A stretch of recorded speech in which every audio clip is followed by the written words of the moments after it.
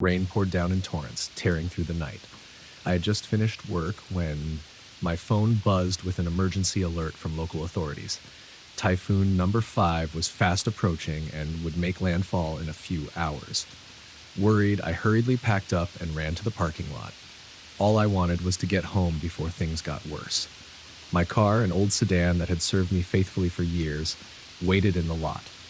Though it wasn't in its prime anymore, I trusted it to get me home safely. But the rain was relentless and the wind howled, pounding against the car windows like furious cries. The road from the city to my home wasn't long, but it passed through a desolate, hilly area. The view outside was a blur under the heavy rain, and the streetlights flickered as though they might vanish into the darkness. I gripped the steering wheel tightly, trying to stay calm, but anxiety crept in as the car engine started making strange noises. As I climbed a steep incline on a narrow road just 10 kilometers from home, the car suddenly jolted and stalled. The check engine light blinked on, and the engine died. My heart pounded as I tried to restart the car, but it was futile. Outside, the wind screamed louder, and the rain lashed against the windshield like a whip. I knew I couldn't stay here long, but without the car, I had no other shelter. I decided to step out and check. The icy rain hit my face, soaking through my jacket and making me shiver. I trudged through the muddy ground, opened the hood, and tried to figure out what was wrong.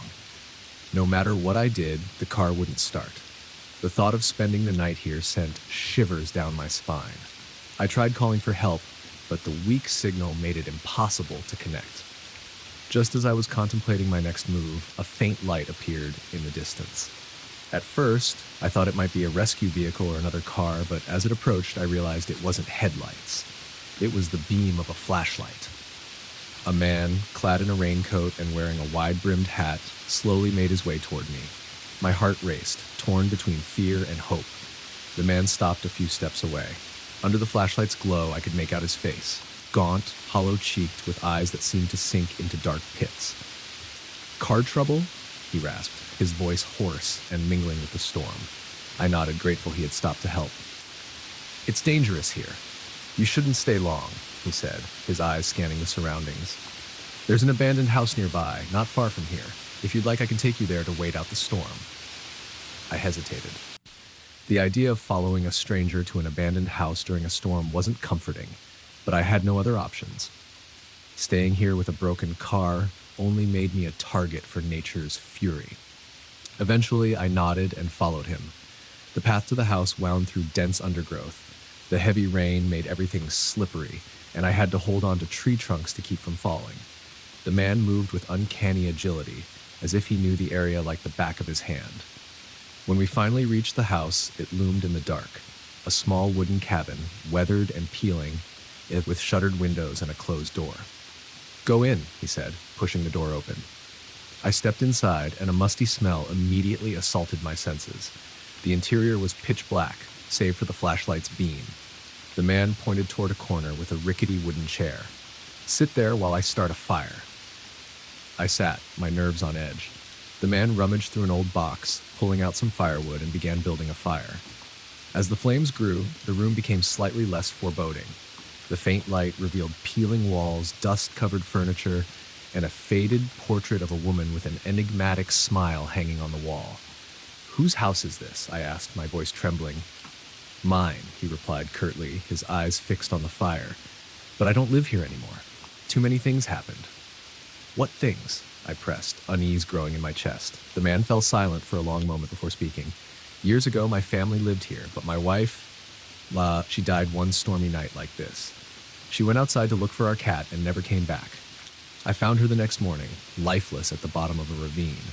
Since then, I haven't stayed here." His story sent chills down my spine. Before I could respond, a loud noise came from behind me. The window had blown open, and the wind shrieked as it rushed inside. The flames flickered, and for a split second, I thought I saw a shadow flit past the window. "Who's there?" I yelled, standing up abruptly. The man didn't answer, but stared at me with an unreadable expression. Then he smiled, a twisted, eerie smile. "She's back," he whispered. I turned sharply, and at that moment, the front door burst open. A cold gust of wind swept in, carrying with it a faint, eerie laughter. My heart pounded in my chest, and before I could make sense of it, a cold hand touched my shoulder. I screamed and spun around, but there was no one there. The man was now standing, his eyes glinting in the firelight. "She wants to meet you," he said, his voice eerily calm. "Come with me." I shook my head, backing away toward the door, but before I could escape, an invisible force yanked me to the ground. My head struck something hard, and the world went black. When I woke up, I was lying in a hospital bed. A nurse walked in, surprised to see me conscious. "You're lucky," she said. "Locals found you this morning, unconscious on the mountain road. They said you almost got swept away by the flood." "The man, the abandoned house," I stammered, trying to explain, but she only looked at me quizzically. "There's no house up there," she said. "That area's been deserted for years. No one lives there." Her words were like a dagger to my heart. I fell silent, my mind swirling with unanswered questions. The hollow eyes, the crooked smile, the cold hand, they haunted me. Perhaps the storm that night didn't just bring nature's wrath, but awakened something far more terrifying from a world I never wanted to know.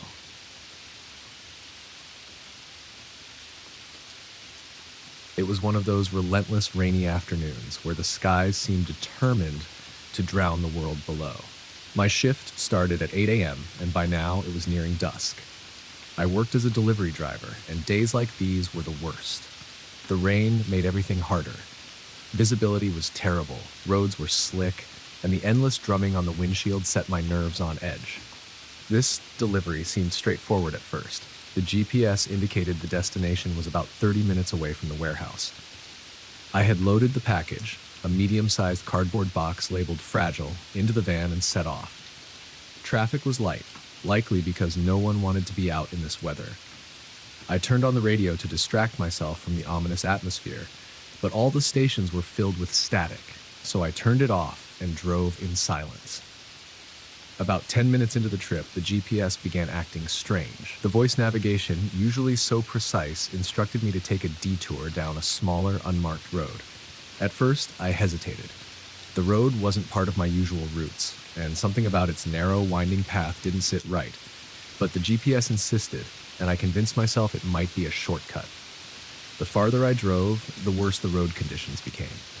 Potholes littered the asphalt, and the trees on either side leaned in as if to swallow the path entirely. Rain poured in heavy sheets, reducing visibility to just a few feet ahead. I considered turning back, but the GPS showed I was close to the destination, just a few more turns away. Then I saw them. 3 figures walking along the side of the road, drenched from head to toe. At first, they appeared to be just silhouettes against the rain. As I approached, my headlights illuminated them. 2 men and a woman.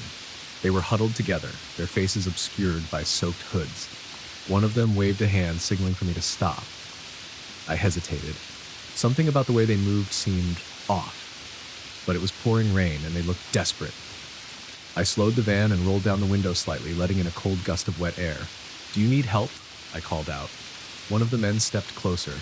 His face was pale, and his eyes seemed to glint unnaturally in the dim light. "Our car broke down," he said, his voice steady but cold. "We need a ride." Alarm bells rang in my head. I glanced at the others. The woman's hands were hidden in her coat pockets, and the second man kept shifting his weight from one foot to the other, his gaze darting around nervously. Something wasn't right. "I'm sorry," I said, trying to keep my voice calm. "I can't take passengers, company policy, but I can call a tow truck for you." The man's expression darkened. "That's not going to work," he said. Before I could react, he pulled a knife from his pocket and pointed it at me. The woman and the other man followed suit, their blades glinting in the rain. "Get out of the van," the first man ordered. Panic surged through me. My hands gripped the steering wheel tightly as I calculated my options. Running them over was out of the question. There wasn't enough room to maneuver without risking getting stuck in the mud. Fighting them was equally risky. They were armed, and I was alone. "Okay," I said, raising my hands in surrender. "Take it easy. I'll get out." Slowly, I unlocked the door and stepped out into the rain. The 3 surrounded me immediately, their knives gleaming despite the gloom. The leader gestured toward the back of the van. "Open it," he demanded. I complied, fumbling with the keys as my mind raced. I needed to stay calm, think rationally. As the back door swung open, revealing the lone package inside, the leader cursed under his breath. "That's it?" he snapped. "It's a delivery," I said quickly. "I'm just a driver. There's nothing else in there." The three exchanged glances. The woman stepped forward, her knife still pointed at me. "Where's your phone?" she demanded. I hesitated, then slowly pulled it out of my pocket and handed it to her. She snatched it away, tossing it to the second man, who smashed it against the ground with a single deliberate stomp. My heart sank, but I forced myself to keep a neutral expression. "Now what?" the leader muttered. "This guy's got nothing." "Let's take the van," the second man suggested. "We can strip it later." "You can have it," I said quickly. "Just let me go." For a moment, they seemed to consider it. Then the leader nodded. "Fine, start walking." I didn't argue. I turned and began walking down the road, my heart pounding in my chest. The rain soaked through my clothes and the cold seeped into my bones, but I kept moving. I heard the van's engine sputter to life behind me, followed by the sound of tires splashing through the mud. When I turned around, the van was gone, swallowed by the storm. As soon as I was out of their sight, I veered off the road and into the trees. My phone was gone, but I remembered seeing a gas station a few miles back. I stumbled through the undergrowth, slipping and sliding in the mud, until I found the main road again. The rain was relentless, but adrenaline kept me moving. It felt like hours before I reached the gas station. By the time I stumbled inside, I was shivering uncontrollably, my teeth chattering. The clerk looked up in surprise, and I blurted out what had happened. "They took my van," I said, my voice trembling. "They were armed." The clerk immediately called the police. Within minutes, officers arrived, their flashing lights cutting through the storm. I gave them a detailed description of the three assailants and the direction they had taken the van. The officers assured me they would do everything they could to recover it. Hours later, as I sat in the station giving my statement, an officer approached me with an update. "We found your van," he said. "It was abandoned a few miles from here. They stripped it for parts, but the package was untouched." Relief washed over me, though it was tempered by exhaustion and lingering fear. The officers promised to continue searching for the culprits, but deep down, I doubted they'd be caught. People like that knew how to disappear. To this day, I can't drive in the rain without feeling a pang of anxiety. The memory of those three figures, their knives glinting in the headlights, still haunts me. I've since upgraded my GPS and started carrying a dash cam, but no amount of preparation can erase the terror of that night. It was a rainy evening, the kind where the rhythmic patter of droplets against the window created a symphony that could soothe any soul. I had just picked up my new car earlier that day. A sleek black sedan with leather seats and a dashboard that felt like it belonged in a spaceship. It was my first big purchase after years of saving, and I couldn't contain my excitement. The rain had been steady all afternoon, but it didn't bother me. If anything, it added to the thrill of taking my car for its first real drive.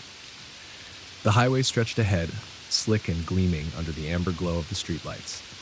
The windshield wipers danced back and forth, keeping my view clear as I settled into the driver's seat, feeling the comforting hum of the engine beneath me.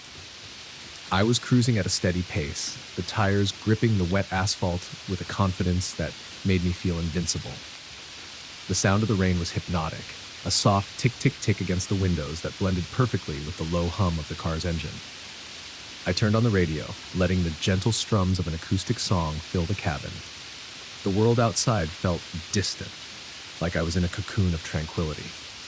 The rain intensified, but I didn't mind. In fact, I welcomed it. The water streaming down the windows refracted the light, creating mesmerizing patterns that danced in my peripheral vision. I adjusted my grip on the wheel, feeling the smooth leather under my fingers, and pressed the accelerator a little harder. The car responded instantly, surging forward with a grace that sent a thrill up my spine. This was freedom, pure and unadulterated. As I glanced at the speedometer, I realized I was going faster than I had intended. The needle hovered around 120 kilometers per hour, but the car's stability and the muffled cocoon of the rain made it feel much slower. I smiled to myself, enjoying the adrenaline rush. My confidence grew with every passing kilometer, but confidence can be a dangerous thing.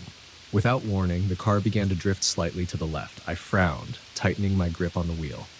It wasn't much at first, just a faint, almost imperceptible pull. But as I tried to correct it, the steering felt wrong, loose, almost as if the wheel had lost its connection to the tires.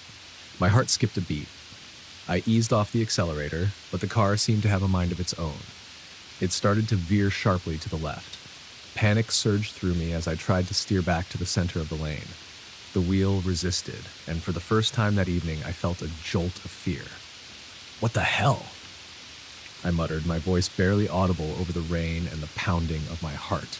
My hands were slick with sweat as I gripped the wheel tighter, my knuckles turning white. The car began to fishtail, the back end swaying dangerously as the tires struggled to maintain traction on the wet road. A surge of adrenaline hit me like a tidal wave. My training from years of cautious driving kicked in, and I tried to remain calm. "Don't slam the brakes," I told myself, remembering the countless advice columns and videos I had watched about handling skids. I gently eased off the accelerator, hoping the car would stabilize, but the situation was beyond control. The car hit a patch of standing water, a phenomenon I later learned was called hydroplaning. The tires lost contact with the asphalt entirely, and for a few terrifying seconds I was gliding. The car felt weightless, untethered from the road, like a paper boat caught in a stream. I was no longer driving. I was at the mercy of momentum and gravity. Time seemed to slow down. My senses sharpened to an almost painful degree. I could hear every raindrop hitting the roof, every screech of rubber as the tires fought for grip. My mind raced with 1,000 thoughts, all jumbled together. How did this happen? What should I do? Will I survive this? Then came the impact. The car spun out of control, doing a full 180-degree turn before the rear slammed into the guardrail. The sound was deafening. Metal grinding against metal, glass shattering, and the sickening crunch of the frame buckling under the force. The airbags deployed with a violent pop, slamming into my face and chest. The force knocked the breath out of me, and for a moment I couldn't see or hear anything. When the world finally came back into focus, I realized the car had come to a stop. The engine had stalled, leaving an eerie silence that was broken only by the patter of rain and the distant sound of honking horns. My hands were still gripping the wheel, my fingers trembling. The airbag had deflated, leaving behind a powdery residue that clung to my clothes and skin. Pain radiated through my body, sharp and unrelenting. My chest throbbed from the impact of the airbag, and my neck felt stiff. I gingerly reached up to touch my forehead, and my fingers came away sticky with blood. I forced myself to take a deep breath, wincing as my ribs protested. The car's interior was a mess. Shattered glass littered the seats and floor, and the dashboard was warped and cracked. The rain continued to pour in through the broken windows, soaking everything inside. A car pulled over a few meters away, and a man in a raincoat ran toward me, shouting something I couldn't quite make out. I nodded weakly, signaling that I was alive. He pulled out his phone and called for help, his voice urgent but steady. I felt a pang of gratitude that someone had stopped. The minutes that followed felt like hours. Emergency services arrived, their flashing lights cutting through the gloom. Paramedics carefully extracted me from the wreckage, their hands gentle but firm.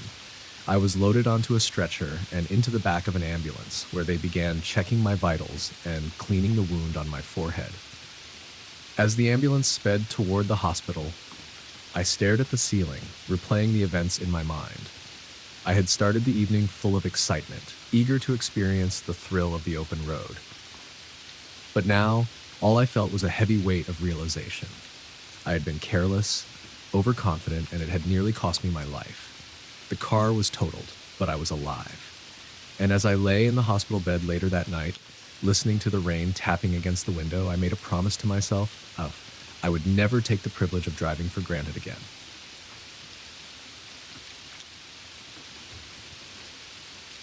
My hands trembled as I gripped the steering wheel, the cold sweat on my palms making it hard to hold on.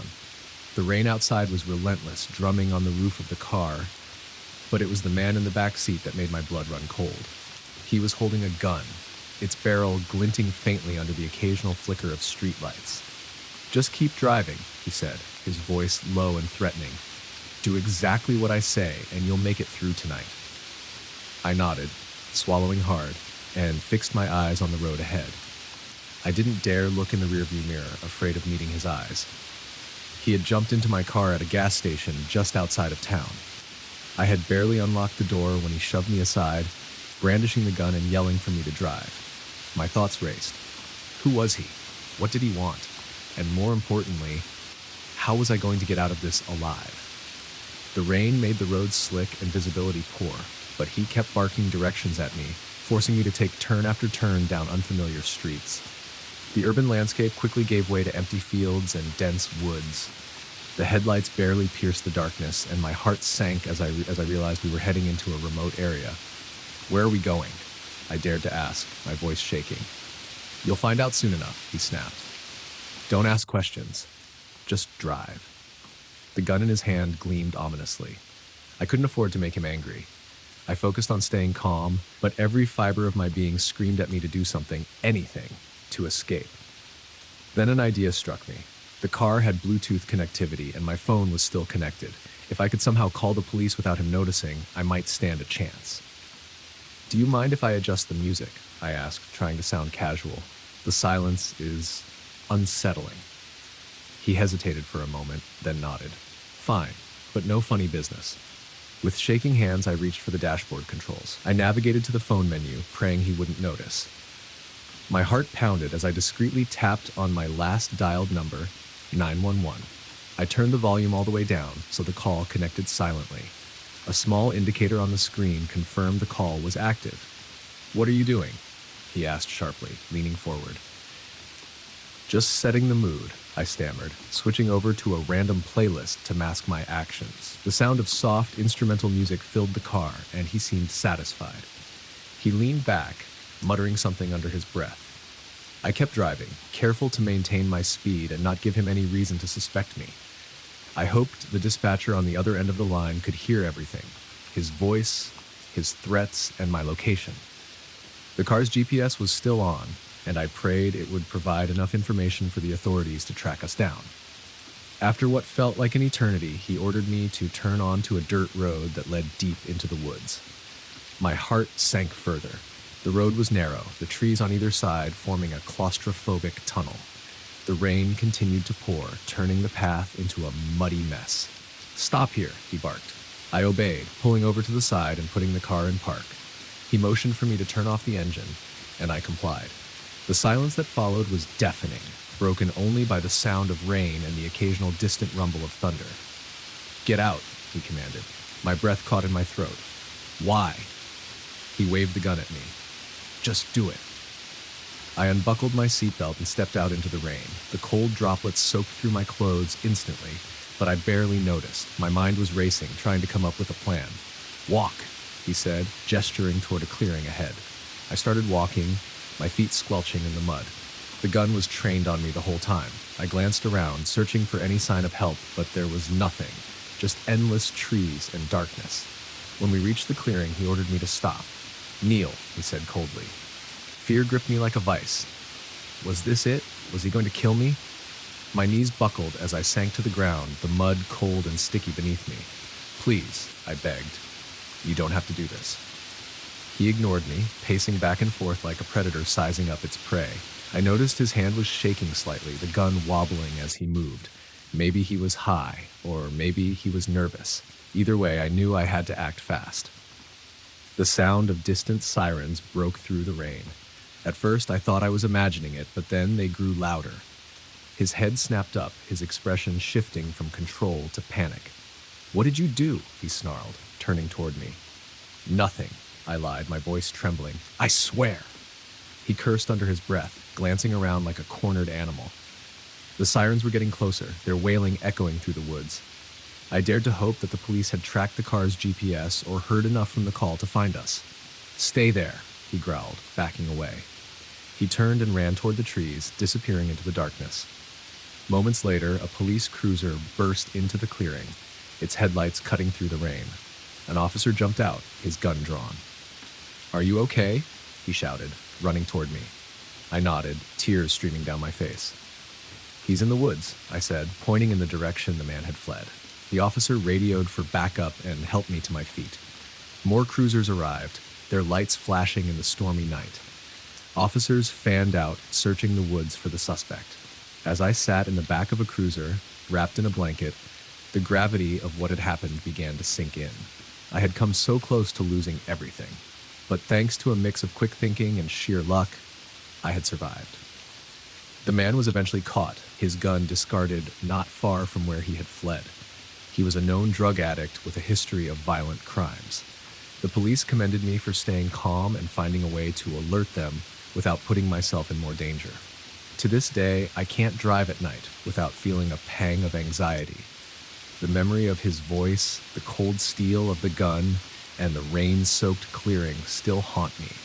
But I'm grateful to be alive, and I'll never take that for granted again.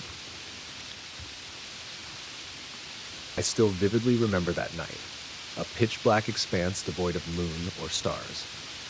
Driving my old car along a long, winding forest road, I relied solely on the beams from my headlights to light the path ahead. The engine's steady hum intertwined with the wind whistling through the tall trees, creating an eerie symphony. Exhausted after a long day at work, I was headed home. This road, rarely traveled at night, was the quickest way back to town. The cold emptiness of the surroundings seeped into me, sending a shiver down my spine. Suddenly, my headlights illuminated a startling sight. 2 cars had collided in the middle of the road. A small sedan's front end was badly mangled, while an overturned SUV lay nearby, glass shards and oil scattered across the pavement. My heart raced as I instinctively eased off the gas and brought my car to a halt several dozen meters away. I hesitated, unsure if I should get out. Mustering my courage, I grabbed my phone for light and stepped out into the darkness. The acrid stench of gasoline and scorched metal filled the air, making me gag. Approaching the wreck, I heard faint groans coming from the sedan, tightening the knot in my chest. I directed my phone's light inside and saw a man slumped over with a head wound, unconscious but breathing faintly. Beside him in the driver's seat was a woman, her leg trapped in the twisted wreckage. Though panic threatened to overtake me, I forced myself to focus. The SUV was in no better condition. I called out, "Is anyone in there?" A faint cry answered, a child's voice. Peering inside, I spotted a terrified boy around 10 years old, trapped in the back seat and coughing. I tried to call emergency services, but the screen displayed no signal. My isolation sank in, yet I knew I couldn't abandon them. Steeling myself, I took action. First, I managed to pull the man out of the sedan and lay him on the roadside grass. The woman's injuries made her extraction far more complicated, and I reassured her in a whisper, "Hold on, I'll get you out." She gave a faint nod, her eyes brimming with fear. Turning to the SUV, I climbed in through the back and reassured the boy, "It's okay, I'm here to help." Unbuckling his seatbelt, I lifted him out. He clung to me, sobbing uncontrollably. Returning to the sedan, I summoned all my strength to free the trapped woman. After several painstaking attempts, I succeeded. Her injuries were severe, and she barely clung to consciousness. I carefully placed all 3 in my car, the man and woman in the back seat, and the boy on the folded-down front passenger seat. The interior reeked of gasoline, the tension palpable. Without hesitation, I started the car and sped toward town. The journey felt interminable. My heart raced each time I glanced at the injured passengers. The man was motionless, the woman whispered her son's name weakly, and the boy kept asking, "Will my mom be okay?" I offered the only comfort I could. "Everyone will be fine." Finally, the faint lights of a small hospital broke through the darkness. I pulled into the driveway, shouting for help. Medical staff rushed out, taking the 3 victims into the emergency room. Collapsing onto a waiting area bench, I realized my hands were trembling. The hours crawled by as I waited for updates. Eventually, a doctor emerged to inform me they had all survived. The man had a severe head injury, the woman had lost significant blood but would recover, and the boy sustained only minor injuries. Relief washed over me, but exhaustion clung to every fiber of my being. That night, sleep eluded me, the haunting images of the crash replaying in my mind. Though years have passed, every trip down that road sends a chill through me. That night taught me a profound truth about the fragility of life, an experience etched into my memory forever. The cry in the night. The night was dark, and the rain fell in relentless sheets, drumming on Jack's raincoat as he rode his motorcycle along the narrow dirt road. He had taken this shortcut many times before to save a few minutes on his commute home after a long night shift at the factory. The road cut through endless fields that were now flooded with rainwater, shimmering faintly in the pale beam of his headlight. The cold wind seeped through every crack in his jacket, making Jack shiver, but he pushed on. The thought of a warm meal and his bed kept him going. He adjusted his helmet and squinted through the downpour, trying to stay focused on the slippery road. Suddenly, a faint sound broke through the rhythmic drumming of the rain. Jack furrowed his brow and slowed down. It sounded like a cry, soft, faint, but unmistakably human. He stopped the bike and killed the engine, the sudden silence amplifying the sound. The cry was clearer now, weak and trembling like that of a child. His pulse quickened. "Hello?" he called, his voice barely carrying over the rain. There was no response, just the eerie, distant cry. Jack hesitated. He was alone on this desolate road, and the thought of stopping in the middle of the night made his stomach churn. But if someone was in trouble, he couldn't just ride away. Against his better judgment, he grabbed the flashlight from his backpack and stepped off the bike. The waterlogged ground squelched beneath his boots as he waded toward the direction of the sound. His flashlight cut through the darkness, revealing patches of grass and puddles glinting like broken mirrors. The cry grew louder, leading him into the heart of the flooded field. "Hey, is someone out there?" Jack shouted again. Still no response. The cry seemed to retreat just as he approached, pulling him deeper into the field like an invisible thread. Then his flashlight caught something. Sticking out of the mud was a small red shoe. Jack's heart skipped a beat. It was a child's shoe, soaked through, partially buried in the mud. He bent down to pick it up, the cold leather sending a shiver up his spine. As he straightened, the crying abruptly stopped. The sudden silence was deafening. He spun around, scanning the area with his flashlight. The fields were empty, just rows of rain-drenched grass stretching into the darkness. Yet, he couldn't shake the feeling that someone or something was watching him. A sharp, high-pitched laugh cut through the silence, freezing Jack in place. It came from behind him. He whipped around, but there was nothing there, just the shadows cast by his shaking flashlight beam. "Enough of this," Jack muttered under his breath, forcing his legs to move. He trudged back to the road as quickly as he could, the red shoe clutched tightly in his hand. Climbing onto his bike, he started the engine and sped off without looking back. Jack made it home just past midnight, soaked to the bone and trembling. He placed the shoe on the kitchen table and sat down, trying to make sense of what had happened. The shoe felt oddly heavy in his hand, its vibrant red color dulled by the mud. When he recounted the story to his wife the next morning, she listened with furrowed brows. "Maybe you were just tired," she suggested, though her gaze lingered uneasily on the shoe. "You've been working so many late nights. It could have been your imagination." Jack wasn't so sure.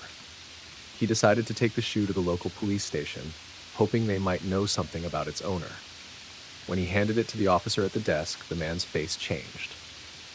He took the shoe in his hands and stared at it for a long moment before asking, "Where did you find this?" Jack explained everything, the cry, the shoe, and the eerie silence afterward. The officer sighed heavily. "This shoe, it looks like it belonged to Emily Carter." Jack blinked. "Who's Emily Carter?" The officer leaned back in his chair, his expression somber. 3 years ago, Emily went missing. She was 6 years old. Her family's car slid off the road during a storm, right near the area you're describing. The parents survived the crash, but Emily was swept away by the floodwaters. We searched for days, but never found her body. All we found was one of her shoes. Jack felt the air leave his lungs. He looked down at the shoe on the desk. "Are you saying?" The officer shook his head. "I don't know. Maybe it's a coincidence, but it's strange. That area, people say they hear things sometimes. A child crying, a laugh. We've had a few reports over the years, but no one's ever found anything." From that day on, Jack avoided the shortcut. He took the longer paved route home, even when it meant arriving late. But no matter how hard he tried, he couldn't forget that night. The sound of the cry, the red shoe, and the eerie silence that followed. Weeks passed, and Jack began to think he could move on. But one rainy evening, as he drove home along the main road, he swore he heard it again. A faint, trembling cry carried on the wind. He clenched the handlebars of his motorcycle, refusing to stop, but the sound followed him all the way home. Jack left the red shoe at the police station, but it seemed like its presence never truly left him. Sometimes on quiet nights, he could swear he saw a flicker of red in his peripheral vision, or heard the soft laugh of a child when no one else was around. To this day, no one knows for sure what happened to Emily Carter. Her parents moved away from the town, unable to bear the weight of her disappearance. But the stretch of road where she vanished remains a place of whispers and unease, especially on rainy nights. And for Jack, the memory of that cry in the night haunts him still. The Endless Dream. Jack Carter was a thrill seeker, a man obsessed with speed. The roar of the engine, the blur of scenery rushing past, and the adrenaline coursing through his veins were what made him feel alive. He wasn't just a rider. He was an artist on two wheels, carving his way through winding roads and crowded streets. But his love for speed came with a cost. He had lost friends to reckless accidents, but their deaths hadn't slowed him down. Instead, they seemed to fuel his need for more. One fateful night, after a long day at work, Jack decided to take his motorcycle out for a ride along the deserted highway outside of town. It was a moonless night, the kind of darkness that felt almost alive. The road stretched endlessly ahead, lit only by the beam of his headlights. As Jack revved the engine and accelerated, the thrill overtook him. The needle on his speedometer climbed higher and higher. The world around him dissolved into a tunnel of darkness and light. But as he leaned into the curves of the road, a strange sensation settled over him. He felt watched. It started with the shadows. In the corners of his vision, he thought he saw figures standing by the roadside, just shadows at first, indistinct and fleeting. But each time he glanced in their direction, they were gone. Dismissing it as fatigue, Jack pressed on, eager to push his limits. Then came the whispers. At first, they were faint, like the wind rushing past his helmet. But as his speed increased, the whispers grew louder, forming words he couldn't quite understand. Jack shook his head, trying to focus on the road, but the voices persisted, growing clearer with every mile. Faster, they urged. Don't stop. Keep going. Jack's hands tightened on the handlebars. He had always prided himself on his fearlessness, but there was something about those voices that made his chest tighten. They weren't his thoughts, they were something else entirely. As the highway stretched on, the scenery around him began to change. The streetlights disappeared, leaving only the beam of his headlight to cut through the dark. The trees lining the road became twisted and gnarled, their branches reaching out like skeletal hands. Jack couldn't remember this stretch of the road. It felt unfamiliar. Wrong. And then he saw them. The first figure appeared in the middle of the road, illuminated by his headlights. Jack's heart leapt into his throat and he swerved to avoid it. But as he sped past, he caught a glimpse of the figure's face. It was a man, pale and gaunt, with hollow eyes that seemed to follow him as he rode by. Jack didn't stop. He couldn't. His mind screamed at him to turn back, to get off the highway, but his body refused to obey. The whispers had turned into chants now, an insistent chorus echoing in his ears. Faster! Faster! Faster! More figures appeared, standing by the roadside or in the middle of the lane. Each time Jack swerved to avoid them, his knuckles white on the handlebars.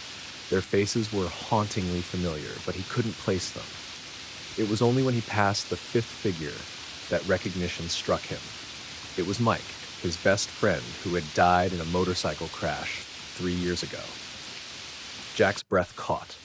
He glanced in his mirror, and there Mike was, standing in the middle of the road, watching him disappear into the distance.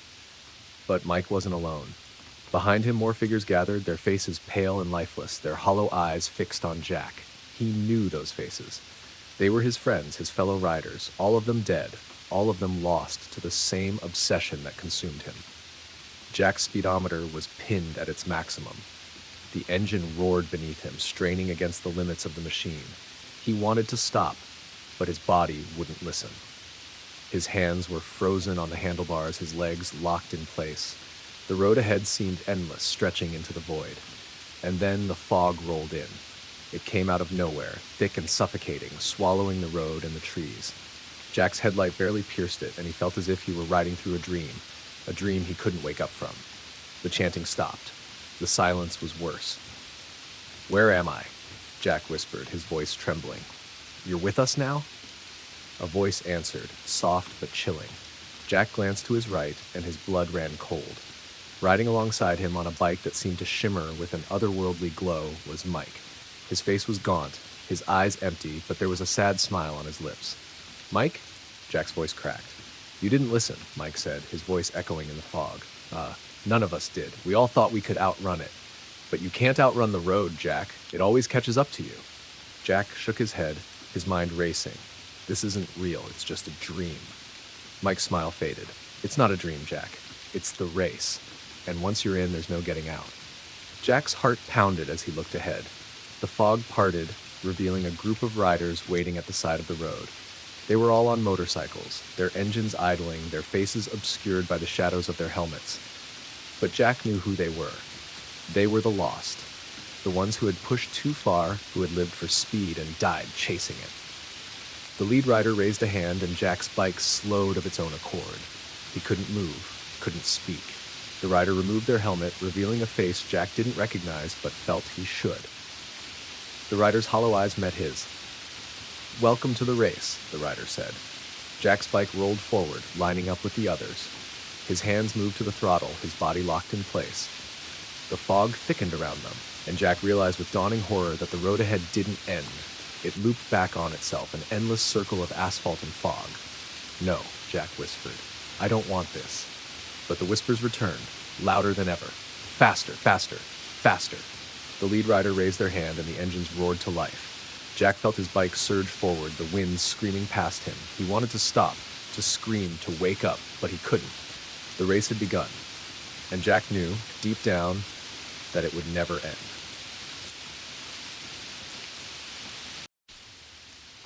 The old woman by the road. Rain poured relentlessly on the windshield, the drops glistening under the car's headlights like tiny gemstones. The road was eerily quiet, with only the sound of tires splashing on wet asphalt and the wind whistling through the cracks of the door. I glanced at the clock. It was nearing midnight. Work had ended late, and I was driving home on a familiar, desolate stretch of road. As the headlights swept around a bend, I saw a figure standing by the roadside. It was an old woman, her silver hair disheveled, her tattered raincoat soaked through by the rain. She raised her hand, signaling for a ride. I hesitated for a moment. It was dark, the road deserted, and I had always heard warnings about picking up strangers.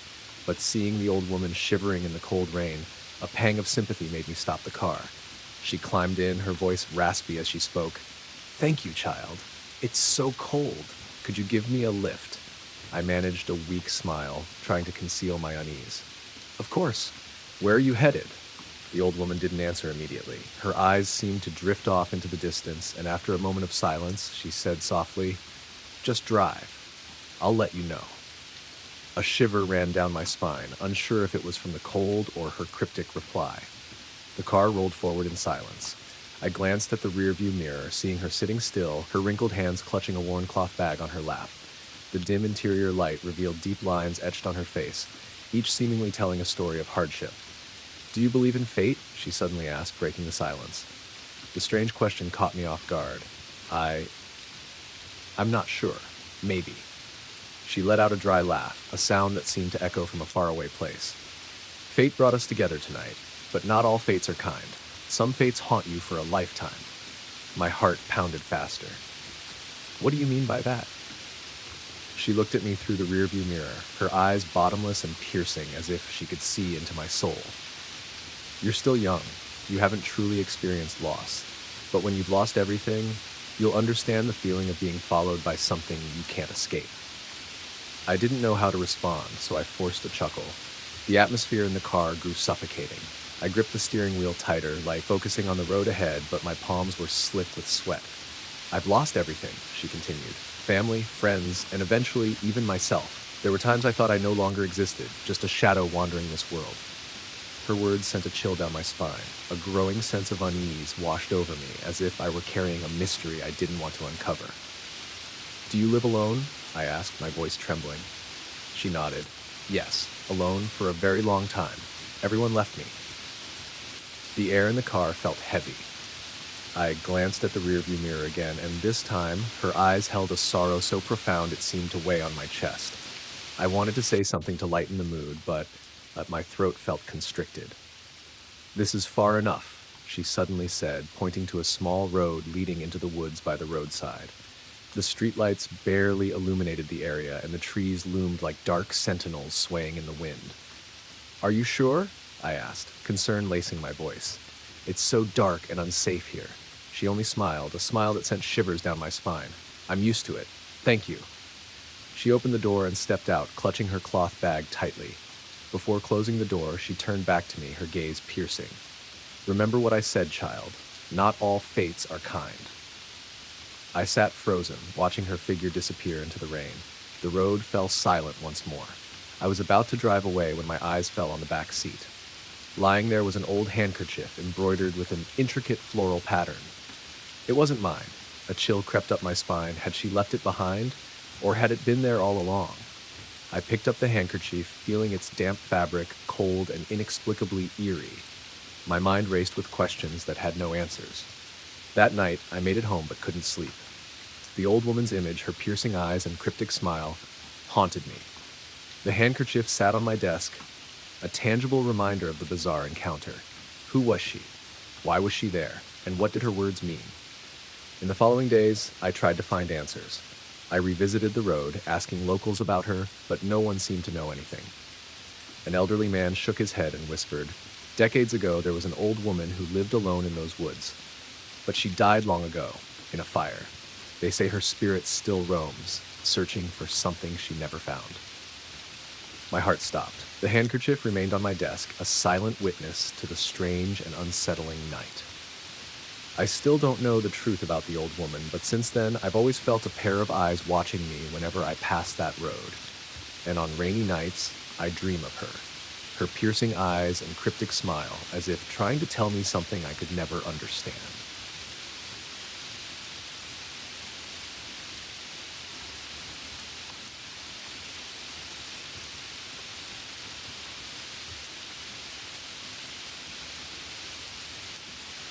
The motorcycle of the dead. Tommy Hayes was the kind of guy who lived for the thrill of the ride. A motorcycle enthusiast through and through, he spent most of his weekends tinkering with bikes or racing through the winding back roads of his small hometown.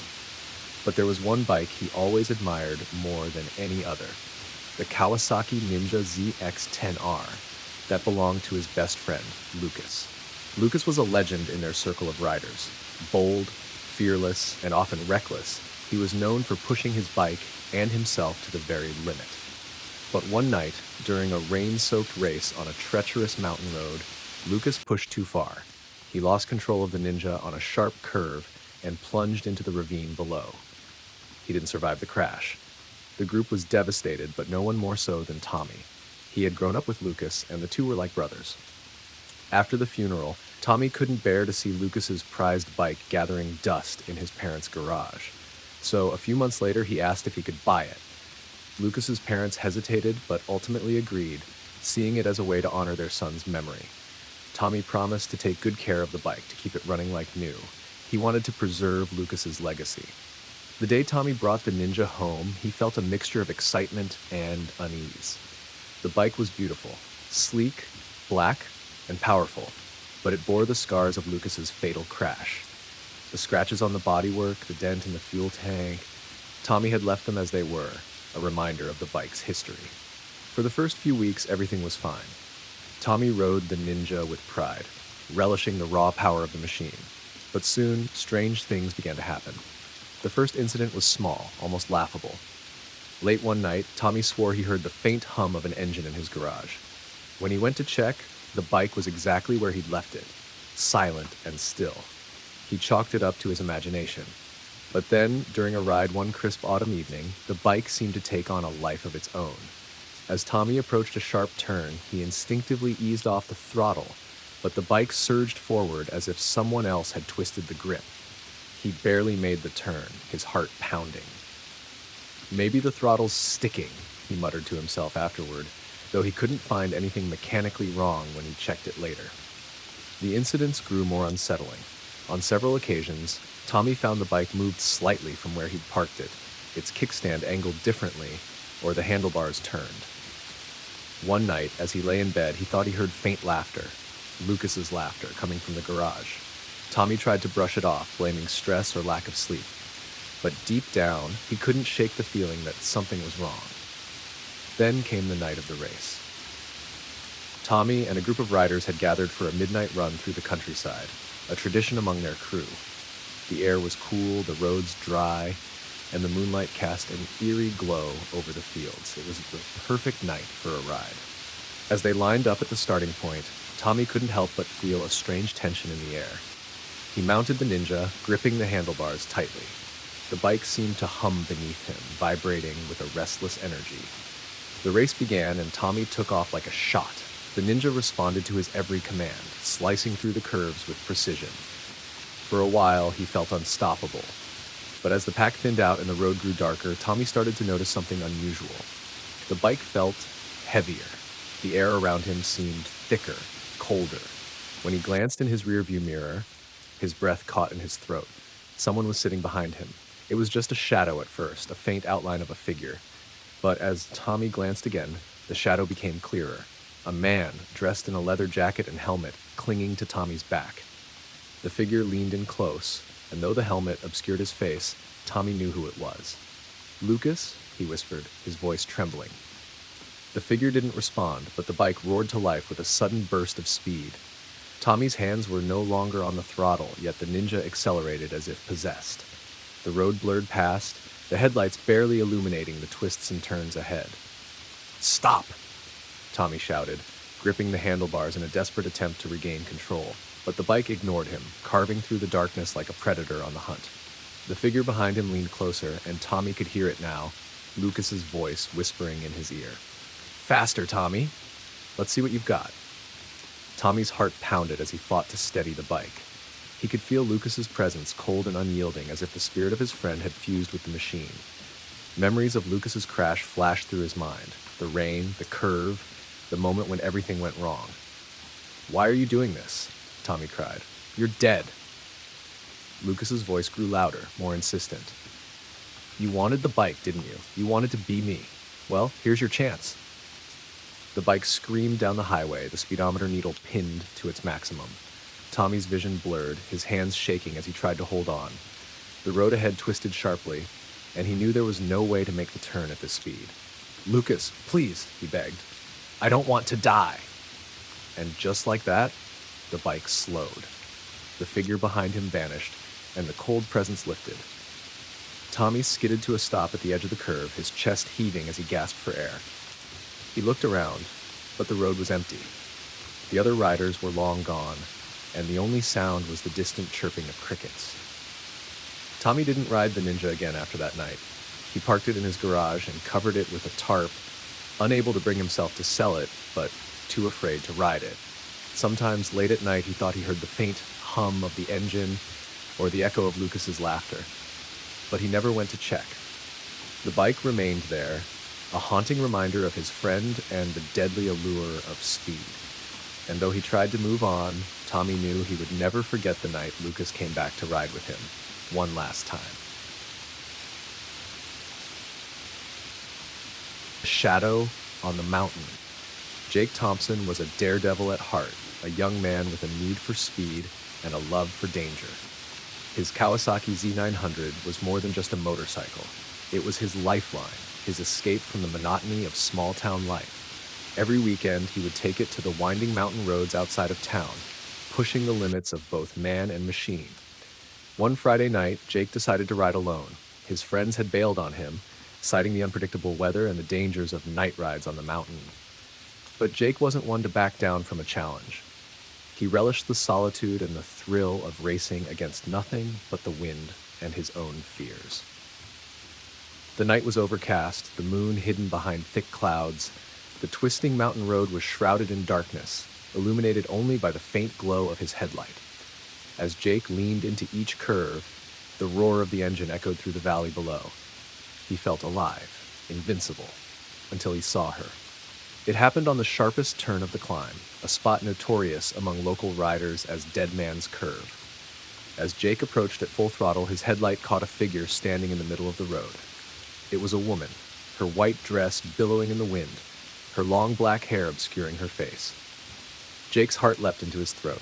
He slammed the brakes, the tires screeching against the asphalt as the bike skidded dangerously close to the edge of the cliff. He stopped just a few feet away from her. "What the hell?" Jake muttered, pulling off his helmet. The woman didn't move. She stood motionless, her back turned to him. Her dress was soaked, clinging to her frail frame, and water dripped from her hair as if she had just climbed out of a river. "Hey, are you okay?" Jake called out, stepping off his bike. Still, she didn't respond. Jake approached cautiously, the hairs on the back of his neck standing on end. Something about her felt wrong. The air around her was cold, unnaturally so, and Jake found himself shivering despite the summer heat. "Miss?" he said, reaching out a hand. Before he could touch her, she turned. Jake staggered back, his breath catching in his chest. Her face was pale, almost translucent, and her eyes, they were hollow, like two dark voids staring straight through him. Her lips parted, and a low, guttural sound escaped, more a growl than a word. Jake froze, unable to move. The woman stepped closer, her bare feet silent on the asphalt. Her hand reached out, long and bony fingers curling toward him. The spell broke. Jake stumbled backward, tripping over his bike. Scrambling to his feet, he jumped on and started the engine. The roar of the Kawasaki shattered the eerie silence, and he tore away from the curve without looking back. His heart pounded in his chest as he sped up the mountain. The chilling image of her face burned into his memory. He told himself it wasn't real, that his mind was playing tricks on him, but the cold that had seeped into his bones told a different story. The road grew narrower as Jake climbed higher, the twists and turns becoming more treacherous. He forced himself to focus, his hands gripping the handlebars tightly. But no matter how fast he rode, he couldn't shake the feeling that he wasn't alone. It started with the shadows. In the corners of his vision, he thought he saw flickers of movement, dark shapes darting between the trees. Each time he turned to look, there was nothing there. His breath came in ragged gasps as paranoia clawed at his mind. And then he saw her again. She was standing at the next bend, her white dress glowing faintly in the darkness. This time she faced him, her hollow eyes locked onto his. Jake's blood ran cold as he realized she wasn't just standing. She was moving toward him. "No, no, no!" Jake shouted, twisting the throttle. The bike roared as it surged forward, but the road seemed to stretch endlessly, the curve refusing to come any closer. The woman's figure grew larger in his headlights, her outstretched hand reaching for him. Jake swerved at the last second, narrowly avoiding her. His bike wobbled precariously, but he managed to regain control. Looking back, he expected to see her standing in the middle of the road again. But she wasn't there. Instead, she was behind him. Jake glanced at his rearview mirror, and his stomach dropped. The woman was clinging to the back of his bike, her face inches from his. Her hollow eyes bored into his, and he could feel her icy breath on his neck. Panicking, Jake swerved violently, trying to throw her off. The bike skidded, the tires screeching against the asphalt, but she didn't budge. Her grip tightened, her bony fingers digging into his shoulders. "Get off!" Jake screamed, his voice hoarse with terror. Her lips curled into a twisted smile, and she whispered something. Words he couldn't understand, but that filled him with an overwhelming sense of dread. In desperation, Jake twisted the throttle as far as it would go. The bike screamed down the mountain, the speedometer needle climbing higher and higher. The wind tore at his face, but he didn't care. He just needed to get away. The road blurred around him, the dark shapes of the trees blending into a dizzying swirl. Jake's vision began to tunnel, the edges fading to black. The woman's laughter echoed in his ears, a haunting melody that grew louder with every second. And then, suddenly, she was gone.